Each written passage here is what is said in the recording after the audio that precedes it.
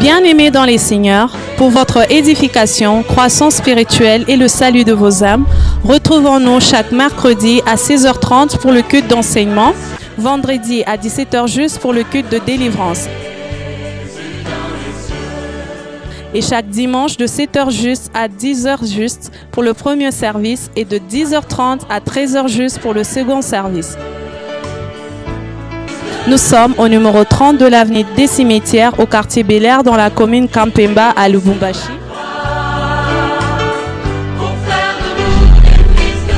Cordial bienvenue à l'église Bread of Life Congo, paroisse mère, et que Dieu vous bénisse.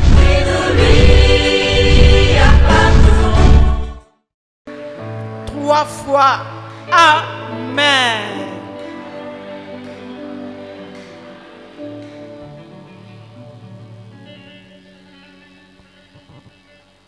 Je bénis Dieu de m'avoir accordé cette opportunité d'être là depuis les samedis, dimanche, lundi, mardi et aujourd'hui mercredi. Merci au Seigneur de m'avoir accordé cette opportunité d'être choisie parmi l'oratrice principale pour animer cette conférence. Je dis merci au Seigneur. Un grand merci à l'homme de Dieu, le révérend Chinabou, un homme très humble, très organisé et qui aime beaucoup le Seigneur. Et cette humilité-là m'a beaucoup touché, révérend. Un grand merci, que Dieu vous le rende au centuple. Souvent chez moi au pays, j'organise de grandes activités, des conférences, mais je ne m'y attendais pas qu'un jour je serai encore ici à Lubumbashi. Et pour cela, j'ai dit un grand merci au Seigneur. Que Dieu vous bénisse abondamment. Il n'y a pas à se plaindre. Merci pour cet accueil chaleureux. Je ne manque de rien, bien dormi, bien logé. Merci beaucoup. Que le Dieu de mon apostolat, de ma vocation, vous bénisse aussi puissamment. Je bénis Dieu encore pour maman Sylvie. Ah, maman, merci beaucoup. Les mots me manquent. Une femme très ouverte. Une femme qui ne cache rien au-dedans d'elle. Avec ces temps courts qu'on a passé ensemble, j'ai vite compris pourquoi Dieu nous a mis ensemble. J'ai dit merci. Un grand merci, maman. Merci du fond du cœur. Sachez-le. Et que partout où vous pouvez vous trouver, Dieu a rajouté à votre famille une sœur encore. Vraiment, je suis même émotionnée, mais j'ai dit merci. Merci à ma fille, mamie qui m'a accompagnée. C'est elle qui prend soin de moi des années et des années. Que Dieu te bénisse abondamment, ma fille. Sois bénie. Et je dis merci à toute l'équipe de maman, bien que vous êtes fatigués, que Dieu vous bénisse abondamment. Et à toute l'église, je dis shalom et je vous remercie. Peut-être après les cultes, je n'aurai pas le temps. Je dis que Dieu vous bénisse abondamment. Je voudrais saluer la présence de ma grande sœur qui est dans la salle. Je ne sais pas là où elle est. Notre grande de la famille, notre yaya de la famille. Si elle peut avancer devant, c'est vraiment ma grande sœur. Dieu m'a fait grâce d'avoir une grande famille à Lubumbashi, mais je les avais dit, moi je suis venue pour le travail. Et c'est aujourd'hui que je viens de voir notre yaya. C'est notre yaya de la famille, notre grande. On lui respecte beaucoup, beaucoup, beaucoup parce qu'elle a beaucoup fait pour la famille. Beaucoup fait pour la famille. Yaya, tala ba pasteur bamoye, tala maman na papa. Papa, je vous la donne, maman, je vous la donne. Aidez-la, elle a tellement la grâce. Merci beaucoup ma grande, merci Yaya de m'honorer aujourd'hui, que Dieu vous bénisse abondamment. Amen. Le message de ce matin, mon révérend, c'est une prophétie que Dieu m'a donnée pour l'église. Je priais, j'ai dit, Seigneur, tu m'as envoyé à une convention. Je suis venue pour animer une convention, une conférence. Mais Dieu m'a beaucoup dérangé. Et pendant la nuit, quand je priais, Dieu m'a donné ce message pour vous, pour l'Église. Je voudrais que vous écoutez ces messages avec une oreille prophétique. Je dis bien une oreille prophétique. Quand j'ai prié, Dieu m'a dit, annonce à mon serviteur toutes ces prophéties. Car ces prophéties qui va bientôt arriver. Nous voulons honorer la parole de Dieu. Nous sommes dans Évangile selon Matthieu, chapitre 13, verset 24 jusqu'au verset 30. Évangile selon Matthieu, chapitre 13, le verset 24 jusqu'au verset 5. Nous voulons honorer la parole de Dieu. Je lis la parole de Dieu. Il leur proposa une autre parabole en disant, les royaumes des cieux est semblable à un homme qui a sémé de la bonne sémence dans son champ. 25. Pendant que les hommes dormaient, son ennemi vint et sema des ivraie parmi le bleu et s'en alla. 26. Et lorsque la tige monta et produisit du fruit, alors l'ivraie aussi parut. 27. Et les serviteurs du maître de la maison s'approchant lui dirent, Seigneur, n'a-t-il pas sémé de la bonne sémence dans ton champ? D'où vient donc qu'il y ait des ivraie? 28. Il leur répondit, c'est un ennemi qui a fait cela. Et les esclaves lui dirent, veux-tu donc que nous allions et que nous les arrachons? Non, dit-il, de peur qu'en arrachant, ivraie, vous ne déracinez en même temps le bleu. 30. Mais laissez-les croître jusqu'à la moisson. Et à l'époque de la moisson, je dirais aux moissonneurs de cueillir premièrement l'ivraie et de la lier en botte pour la brûler. Mais ensemblez le bleu dans mon grenier, parole du Seigneur. Le système que le Saint-Esprit m'a mis dans le cœur comme un message prophétique pour l'Église, le temps de la croissance. Regarde celui ou celle qui est à côté, dis-lui, ça c'est un temps de la croissance. Non, regarde-le bien, dis-lui, c'est le temps de la croissance. Non, je voudrais que tu le répètes avec beaucoup de vivacité, le temps de la croissance. Non, regarde ton frère qui est à côté, dis-lui, nous vivons et nous traversons un temps de la croissance. Je voudrais parler de la croissance. En parlant de la croissance, je ne parle pas par rapport à ton état physique. Je ne parle pas par rapport à ton état matériel. Mais je voudrais parler de la croissance par rapport à la maturité. Ici, la Bible nous parle d'une parabole où Jésus était avec ses disciples. Il leur parlait du royaume des cieux. En parlant du royaume des cieux, il leur dit ceci. Le royaume des cieux est semblable à un homme qui avait un champ et qui avait aussi une sémence. Et dans son champ, la Bible dit, cet homme est venu avec la bonne sémence qui est le bleu. Le bleu, ce sont des plantes qui produisent des graines et ces graines produisent aussi la bonne farine. Et lorsque vous mangez cela, cela contribue, bien aimé, à la nutrition. Cela contribue aussi à l'épanouissement du corps pour la santé. La Bible dit, quelque temps après, son ennemi vint.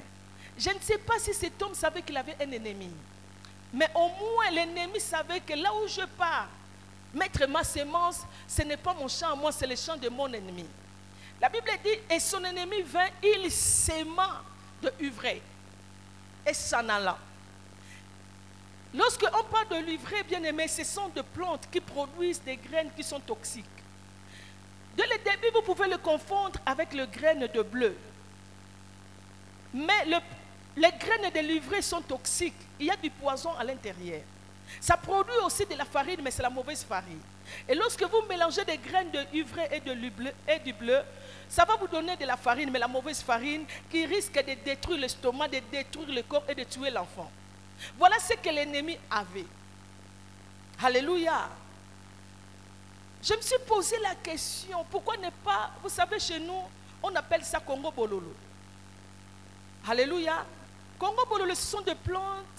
Lorsqu'on le fait bouillir, on vous donne, ça traite beaucoup de maladies, des raies, malaria. Ça soigne même le sang dans le corps. Mais cet homme-là n'avait pas de Congo Bololo, non. Dans ses mains, il avait une sémence. Mais comme il n'avait pas un champ, il a choisi le champ de son ennemi pour aller s'aimer de la mauvaise semence.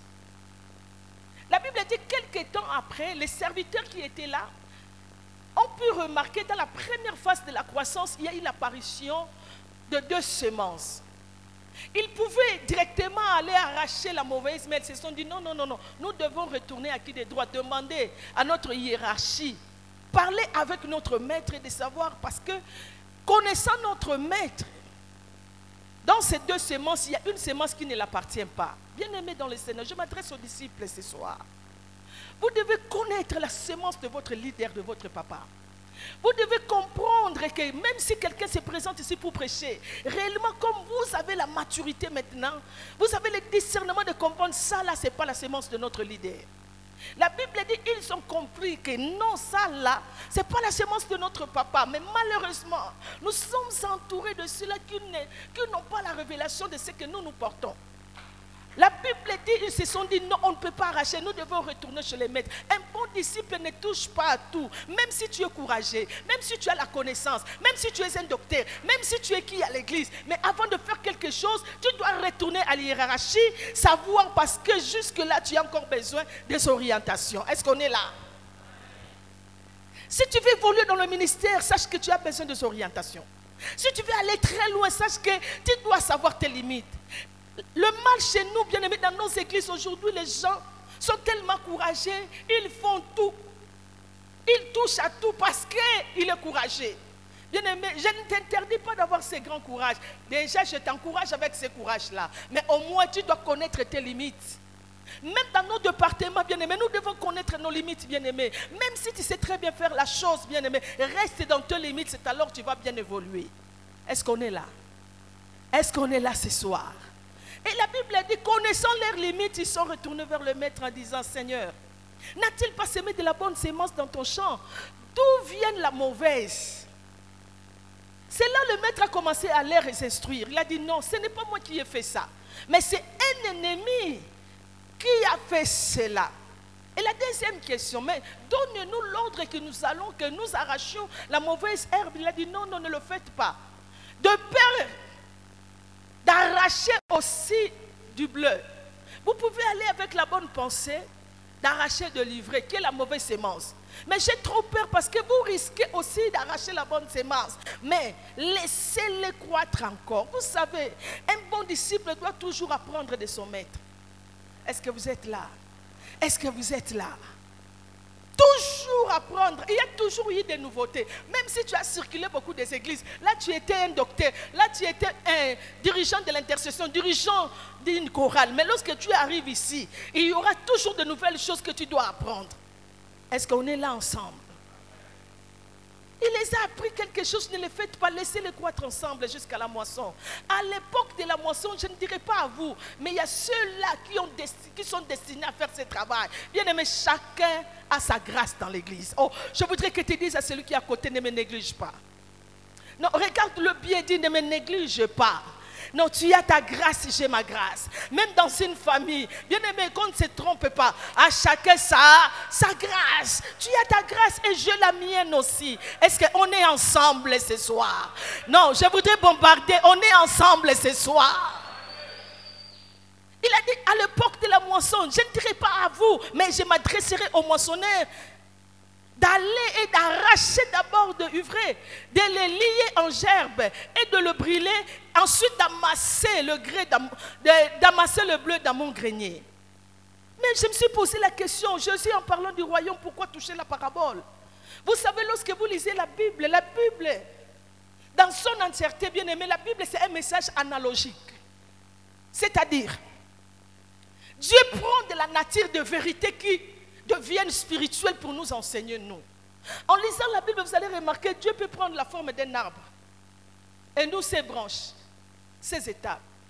En lisant la Bible, tu verras quelque part où la Bible dit il y a une semence qui était dans la mauvaise terre, d'autres dans les épines, d'autres dans la bonne terre. Mais pourquoi Dieu, pour parler des choses spirituelles, il doit toucher la nature? Non, je vis des enseignants dans ma vie. Mais depuis que j'ai rencontré le meilleur enseignant, c'est lui qui est capable de descendre à notre niveau. Nous qui ne sommes pas passés par le banc de l'école. Bien aimé, à la lueur où vont les choses, ça ne dépend pas seulement de ton niveau des études, bien-aimé. Lorsque Moïse a parlé de la connaissance de l'Éternel, il s'est adressé à un peuple bien déterminé qui était Israël. Mais j'aime Habakkuk. Habakkuk, lorsqu'il parle de la connaissance, il ne s'est pas limité seulement à Israël. Habakkuk a dit la connaissance de l'Éternel sera tellement accrue dans toutes les extrémités de la terre. Voilà pourquoi même au feu du village, même un vieillard, même une vieille est capable d'avoir la révélation. Pourquoi? Parce que nous avons un bon enseignant, le Saint-Esprit. Il prend ton niveau, il descend à ton niveau, rien que pour te ramener à un autre niveau de la connaissance. Est-ce que tu es présent? Et Jésus était en face de ses disciples lorsqu'il parlait du royaume. Non seulement c'était ses disciples à lui, mais Jésus a voulu toucher la culture juive aussi. Il a dit peut-être, en exploitant cette parabole qui concerne leur culture, ils vont comprendre la révélation du royaume. Alléluia. Voilà pourquoi il a dit ça. Mais vous savez, entre parenthèses, je voudrais vous parler de ces peuples d'Israël. Le peuple d'Israël vivait de deux choses, l'agriculture et de l'élevage. Voilà pourquoi quand vous lisez la Bible, il y a un homme qui se dit, l'Éternel est mon bon berger. Cela veut dire qu'il a compris, bien qu'il était lui-même berger, mais au devant de lui, il y avait un bon berger. La notion de la bergerie, c'est une notion propre à Israël. C'était un peuple qui vivait de l'élevage. Et c'était un peuple aussi qui vivait de l'agriculture. Mais Jésus a voulu toucher à leur culture pour qu'ils comprennent la notion du royaume, des choses spirituelles. Alléluia. Alléluia. Il y a eu un moment en Israël, il n'y avait même plus de pluie. Lisons les derniers textes pour que je vole et je termine. Ésaïe. Ésaïe 55, un bon lecteur s'il est là, sinon je lis. Ésaïe 55.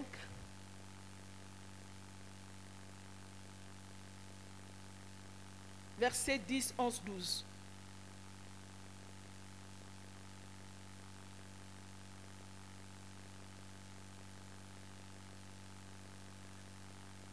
Ésaïe 55. Oui, ma chérie. Comme la pluie et la neige descendent des cieux. Oui. Et ne retourne pas sans avoir arrosé la terre. Hein?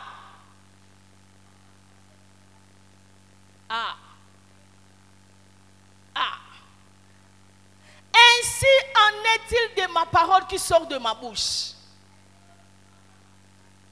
Elle ne retourne pas à moi sans effet,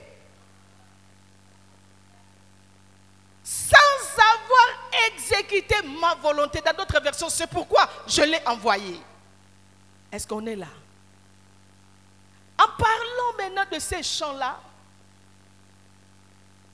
je me suis posé la question, pourquoi parler du chant? Quand nous parlons du chant, bien-aimé dans le Seigneur, c'est une parabole. Les chants, c'est le monde auquel nous vivons, où toi tu es là. Les chants, c'est ta famille là où tu viens. Les chants, c'est notre église ici des bras.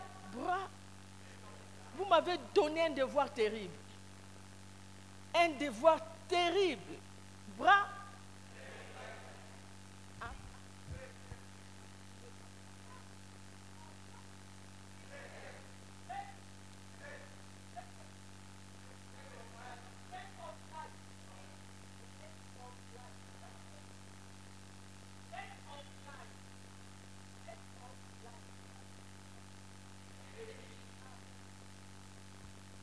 Bread of life.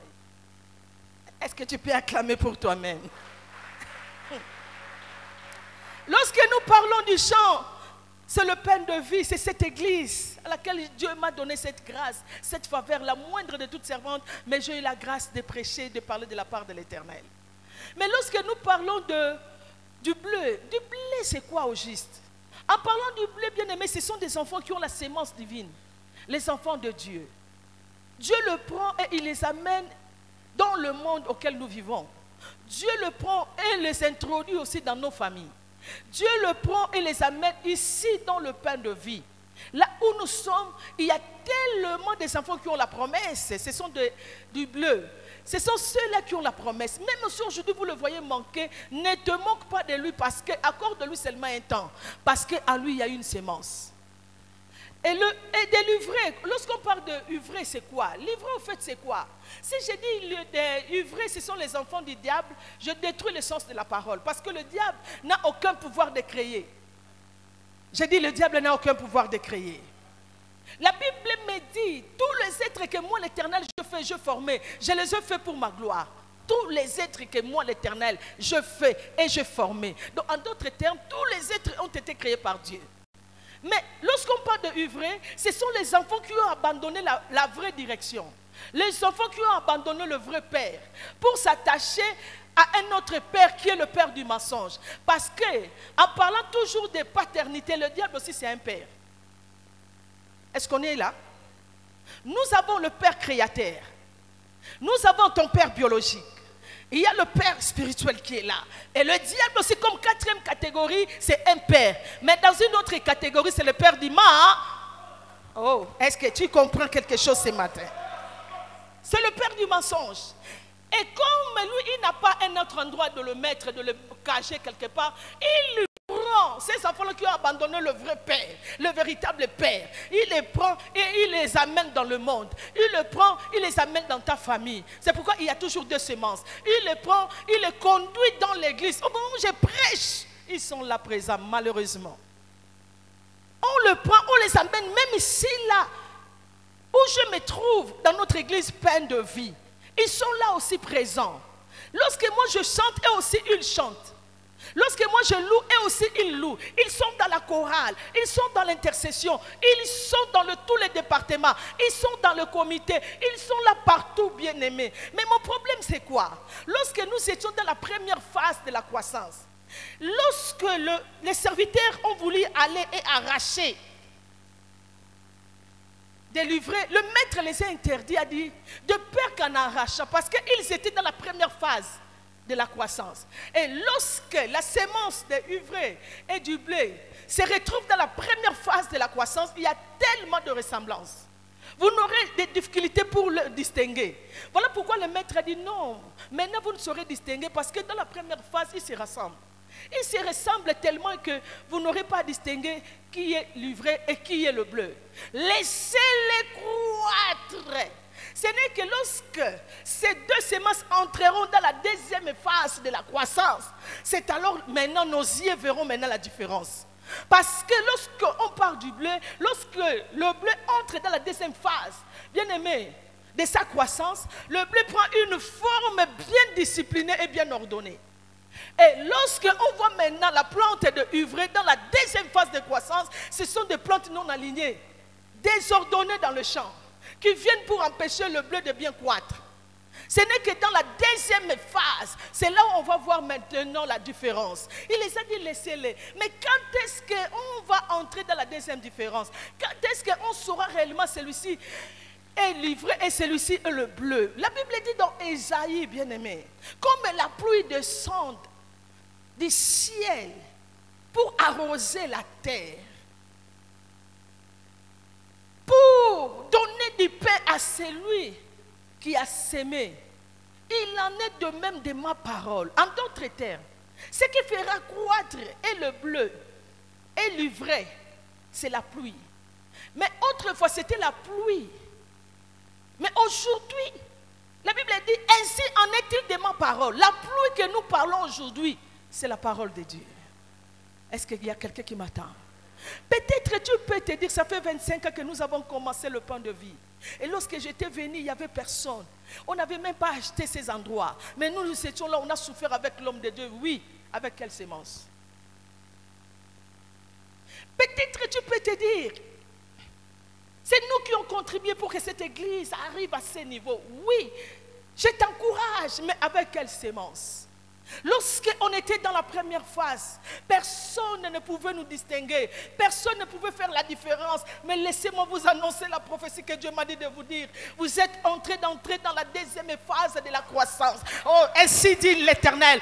Le Saint-Esprit m'a dit de vous dire, vous êtes là, tenez-vous à vos postes, que personne ne bouge, car ce que l'Éternel vous a promis, cela finira par s'accomplir. La Bible me dit de vous dire, vous verrez la différence entre ceux qui servent l'Éternel et ceux qui ne le servent pas. Laissez-moi annoncer la prophétie à l'église. Dieu m'a dit de vous annoncer que bientôt là, vous verrez ceux-là qui ont la sémence de Dieu et ceux qui n'ont pas la sémence de Dieu.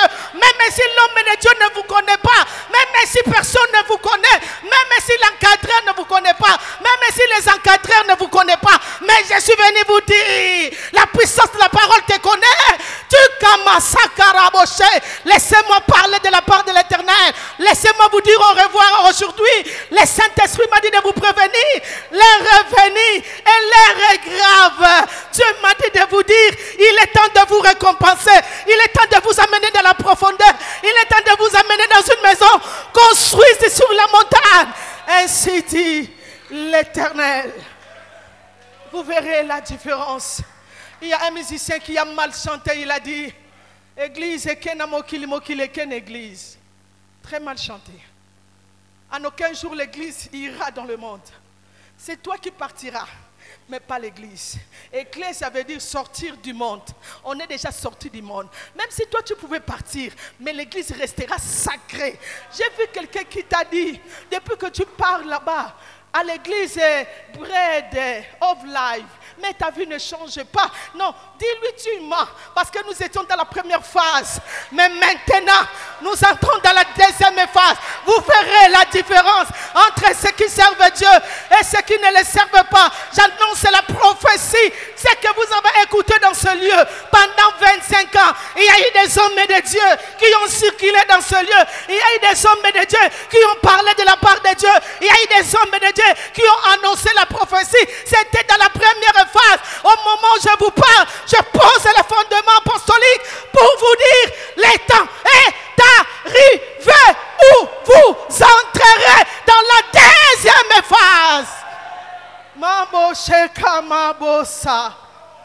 Imabosa. Peut-être tu peux te dire, l'homme de Dieu ne te connaît pas. Tu t'es trop longtemps caché dans l'intercession. Tu t'es caché dans l'intercession. Tu te dis, le pasteur ne me connaît pas, mais la parole de Dieu te poursuivra partout. Peut-être tu étais caché dans la chorale. Tu as dit, l'homme de Dieu ne me connaît pas, mais la parole qu'il t'a prêchée, cette parole te connaît mieux. Nous sommes arrivés à un moment où nous entrons dans la deuxième phase de la croissance. On ne te dira pas de quitter l'église. Où tu te repens. Ou toi-même tu partiras de toi-même. On ne te chassera pas. Parce qu'au moment où nous parlons, je vis un homme qui avait le tamis dans ses mains, qui était en train de tamiser. Le temps est venu, l'homme de Dieu. Ça, c'est l'Esprit de l'Éternel qui m'a dit de vous informer. La Bible dit, en ces jours, les justes fleuriront. Je suis venu vous annoncer la bonne nouvelle. La nouvelle de ces jours, pas des années passées. La Bible m'a dit de vous informer. En ces jours, l'Éternel travaille en faveur des élus. Ça, c'est le temps de la croissance. Ça, c'est le temps où la parole va tout récupérer en main. Néglige tout, mais ne néglige pas la parole. Peut-être il y a des hommes de Dieu qui sont passés, qui ont prophétisé sur ta vie. Tu te dis, jusque-là, je n'ai rien vu, parce que tu étais dans la première phase. Quand on est dans la première phase, on est dans la confusion. On n'arrive pas à faire la différence. Mais au moment où nous parlons, vous ne resterez plus dans la première phase. Vous entrez directement dans la deuxième phase de la croissance au nom de... Je m'adresse aux frères ce soir. Au début, si on retourne au lingo, bala mosa ndengeni. Lokola zaka na première phase. Nalinga mosa munene, nalinga mosa mulaye, nalinga mosa pembe. Voilà ba frère à première phase. Mais ba frère à lelo ici ba koli. Zala no pembe otuli. Ba ozo na nyongo. Les frères ont compris, bien-aimés. Les frères ne sont plus dans la première phase de la croissance, où il y avait tellement de la confusion. Lorsque toute s'est passée, elle était là à émerveiller. Non, aujourd'hui les frères ont compris. Ils ne cherchent plus n'importe qui, mais ils cherchent là où il y a la parole de Dieu. Une femme qui marche avec la connaissance, une femme qui marche avec la grâce de la parole de l'Éternel. Ainsi dit l'Éternel, au nom de... Ça, c'est le temps de Dieu. Autrefois, nous étions dans la première phase. On demandait à une sœur, quel genre d'homme que tu veux épouser. Et la sœur se disait, aujourd'hui, ma frère a permanence, c'est tout là. Mais cette fois-ci, bien aimé, les sœurs ont compris. Même si tu as beaucoup d'argent, on n'en a plus besoin. Nous cherchons là où il y a la sémence de la parole. Nous cherchons là où il y a la sémence de la parole. Au nom de... Il n'y aura plus de l'aveuglement. Parce que la connaissance de l'Éternel sera tellement accrue dans vos vies. Bien-aimés, vous passez maintenant de l'ignorance au discernement. Même lorsqu'un prédicateur viendra prêcher, vous n'êtes plus de petits enfants. Vous allez comprendre. Papa joue Oyowapi li Soussou. Bien-aimés, parce que vous avez déjà la sémence. Vous êtes à la deuxième stade. Lorsqu'un prédicateur viendra prêcher, vous allez comprendre. Non, c'est lui-ci, poussé par le Saint-Esprit, que les hommes ont parlé de la part de l'Éternel, que la croissance que l'Éternel m'a parlé arrive au devant de vous au nom de... Ça, c'est le temps de la croissance. Autrefois, bien-aimé, on partait au marché, bien-aimé. On ne savait pas que tu vendais avec des fétiches. Tu gagnais des clients par des fétiches. Mais les clients, les aussi, comme une maturité. Avant d'y aller même au marché, faire les affaires, faire des coopérations, il prie. Et lorsqu'il arrive, tout sera étonné. Mais aux autres, non, mais c'est que ne bon maman qui est quoi. Ça, c'est le temps de Dieu. Non, je suis venu dire à quelqu'un, toi que Dieu a parlé, toi à qui Dieu a parlé, toi à qui Dieu a promis, il n'est pas un homme pour mentir, non plus un fils de l'homme pour se repentir. Il y a eu beaucoup d'hommes de Dieu qui ont circulé dans ces liens. Ils ont parlé. Nous sommes arrivés à un moment où, même si tu étais caché sous les chaises, bien aimé, la parole de Dieu te poursuivra. On ne te dira pas de quitter l'église. Même avec ta sorcellerie, ton auteur, tu as bloqué les gens, mais on ne te dira pas de partir. Mais toi-même, tu comprendras que ta place n'est plus ici. Ou tu te repens, ou on te retrouvera quelque part là. Ça, c'est la prophétie que je vous annonce. Le temps est arrivé que ceux qui se cachaient en dessous des chaises seront niés à découvert, parce que Dieu veut récompenser son serviteur. Dieu veut travailler avec son serviteur. Dieu veut le ramener comme une maison construite sur la montagne. Ça, c'est le temps de Dieu. Ça, c'est le temps de Dieu, bien-aimé. Je voudrais clôturer en disant, quand j'étais à l'école maternelle, on nous donnait des cahiers où dessus il y avait des dessins, nous on ne faisait que colorer dessus. Et parfois on voyait des canards, on colorait dessus. Et lorsque je suis arrivée à l'école primaire, on nous a changé des cahiers, on nous donnait des cahiers des écritures. A, O, I, U. Je ne sais pas si toi tu es passé par là. Alléluia. Et on nous remettait aussi des livres de cantiques. Et je me souviens même des cantiques qu'on chantait quand nous étions à l'école primaire.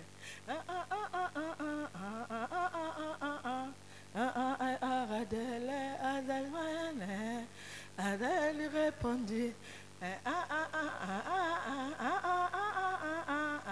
Et lorsqu'on chantait ça, on avait tellement mal. Alléluia.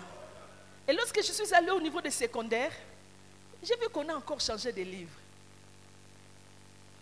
Nata Samuel, la jeune fille, au gré des vagues, la chèvre de M. Ségué, à petits pas, à grands pas. Lorsque nous sommes allés à l'université, moi je fais l'économie, je vis encore, on a changé encore de syllabus. Triangle économique, des livres de gestion. Mais depuis que j'ai rencontré ces livres,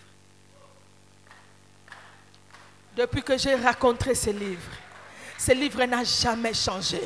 Ainsi dit l'Éternel.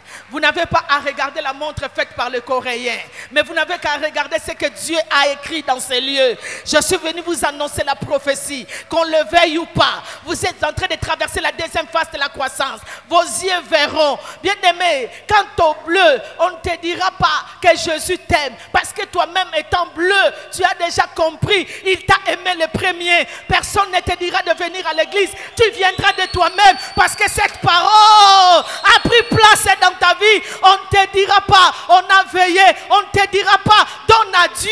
Parce que toi-même tu as compris. La sémence t'est donnée, se trouve à moi. Parce que ce que j'ai reçu, je le reçu gratuitement. On ne te dira pas construis le temple.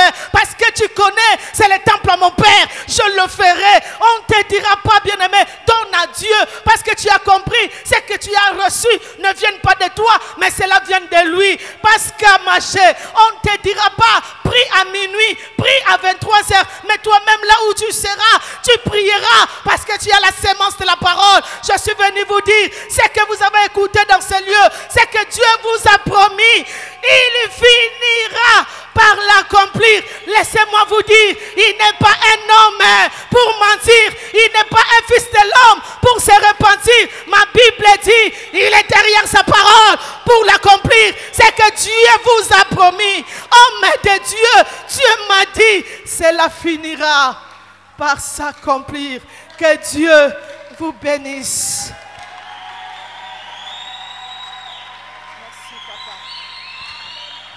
Est-ce que tu peux continuer à acclamer encore très bien le Seigneur?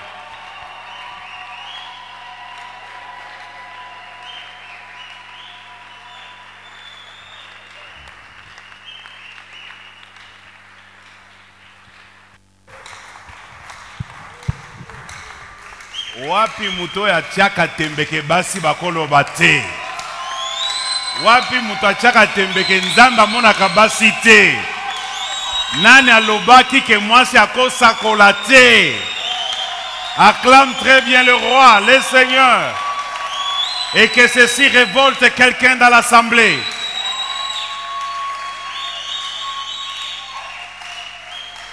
Oui, je veux que nous puissions prier. Je veux que nous puissions prier un peu. Nous allons faire 2 requêtes et nous allons clôturer. Restons debout. La première requête que je voudrais vous donner, en rapport avec la parole que nous avons écoutée, je vais synthétiser. C'est que dans la vie, elle a parlé de 2 étapes. Moi, j'en ajoute une 3e. La première étape, c'est l'étape où on a mis la sémence en terre. Et si la sémence ne meurt, elle ne peut pas produire. Il y a certaines personnes, quand ils sont quelque part dans leur vie, tout est noir. Parce que dans la terre, il n'y a pas de lumière. Même si le soleil pique et que la sémence est en terre, elle ne peut pas voir la lumière. Il y a des gens qui sont dans cette étape-là, dans leur vie. Ils ne voient rien, tout est noir. Ils se disent, est-ce que Dieu me connaît? Écoutez, dans la sémence, il y a des semences, quand on les met en terre, ça pousse vite comme les haricots. Mais c'est très fragile. Les haricots sont très fragiles. Mais les grandes semences, quand vous prenez par exemple un manguier, vous prenez l'écorce d'une mangue, pas l'écorce, comment on appelle ça? Le noyau d'une mangue, vous mettez en terre. Ça prend du temps. Quand quelqu'un a une grande destinée avec Dieu, il peut rester pendant longtemps dans le noir. Même si les gens ne savent pas que là-bas, il y a un grand arbre qui va pousser, mais le noyau est là. Il est en train d'évoluer. Il est en train de se préparer. Un jour viendra, ça commencera très faiblement, très petitement. Mais à la fin, beaucoup de gens viendront trouver l'abri et viendront se nourrir de l'arbre qui avait commencé dans la faiblesse. Maintenant, une fois que ça a commencé à donner un peu la tête, c'est là que maman nous a parlé. Elle a dit, effectivement c'est vrai, il y a des fortes ressemblances entre les blés et l'ivraie. Quand on vous les met comme ça, vous ne pouvez pas les distinguer. Aujourd'hui, il y a beaucoup de gens qui disent à Dieu, Seigneur, nous sommes à l'église, Nous faisons tout, mais nous ne voyons rien dans notre vie. Nous avons écouté des messages, nous avons fait des prières, mais rien ne change du tout. Parce qu'on nous a révélé aujourd'hui que nous étions au niveau de la croissance. À ce niveau-là, nous sommes mélangés avec tout le monde. Et parfois, tu peux constater que la vie chez l'autre évolue autrement que chez toi. Ça veut tout simplement dire que chez l'autre, c'est du blé. Parce que le blé grandit plus vite que, plutôt, l'ivraie grandit plus vite que le blé. Alors, dans l'église, vous pouvez constater quelqu'un d'autre qui émerge très vite. Vous qui êtes le blé, vous commencez à murmurer. Seigneur, est-ce qu'il écoute ma prière? Regarde tel. Il est notre frère. Regarde comment il a avancé vite. Tu ne connais pas. Elle nous a dit, tu ne connais pas.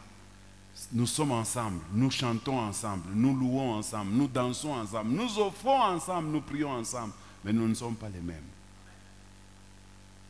Et tout ça, je résume cela par la patience. Elle a encore dit que ça, c'est une révélation. Que quand les deux commencent à pousser, ça arrive à un certain niveau, dans la deuxième croissance, la différence commence à se taper à l'œil. Ce n'est plus une différence qu'il faut chercher avec des loupes. C'est une différence qui devient remarquable. Ça veut dire, dans la maturité, dans la croissance, il y aura un moment, ce qui est blé sera blé, ce qui est ivré restera ivré. Il y aura différenciation. Et je dis à quelqu'un, comme elle a dit aussi, nous sommes dans cette phase où Dieu va faire maintenant la différence entre les blés et l'ivré. Si tel est le cas, nous allons prier pour que maintenant Dieu te distingue au milieu des autres, que tu lui appartiens et que tu es réellement le blé. Parce que l'ivré, on ne le consomme pas. On nous a même dit que l'ivré est poison. Alors voici la première requête. Tu vas dire, Seigneur, apprends-moi à avoir de la patience. Parce que la patience, c'est la chose qui manque à beaucoup de gens. Non seulement dans l'église, même dans le monde. Il y a très peu de gens qui sont patients. Tout le monde veut rapidement, tout de suite, aujourd'hui. Bon, si pas aujourd'hui, demain. Mais il n'y a pas quelqu'un qui se dit, j'attendrai. Comme Habakkuk. J'attendrai. Même si elle tarde, j'attendrai. Jusqu'à ce qu'elle s'accomplira. Quelqu'un peut dire, Seigneur, apprends-moi à prendre du temps. Parce que c'est le temps qui est le maître du jugement. Le temps montre qui sera avec Dieu et qui n'est pas avec Dieu. Prie le Seigneur pour que cette patience te pousse à demeurer dans l'œuvre. Cette patience te pousse à aller jusqu'au bout. Cette patience te pousse à attendre jusqu'à ce que ça va arriver. Cette patience ne te pousse pas à regarder beaucoup plus du côté des livrés. Que cette patience ne te pousse pas à envier l'ivré. Que cette patience ne te pousse pas à te comparer à l'ivré. Prie que Dieu te donne cette patience. Bien-aimés dans les Seigneurs, pour votre édification, croissance spirituelle et le salut de vos âmes, retrouvons-nous chaque mercredi à 16h30 pour le culte d'enseignement, vendredi à 17h juste pour le culte de délivrance. Et chaque dimanche de 7h juste à 10h juste pour le premier service et de 10h30 à 13h juste pour le second service. Nous sommes au numéro 30 de l'avenue des Cimetières au quartier Bel-Air dans la commune Kampemba à Lubumbashi.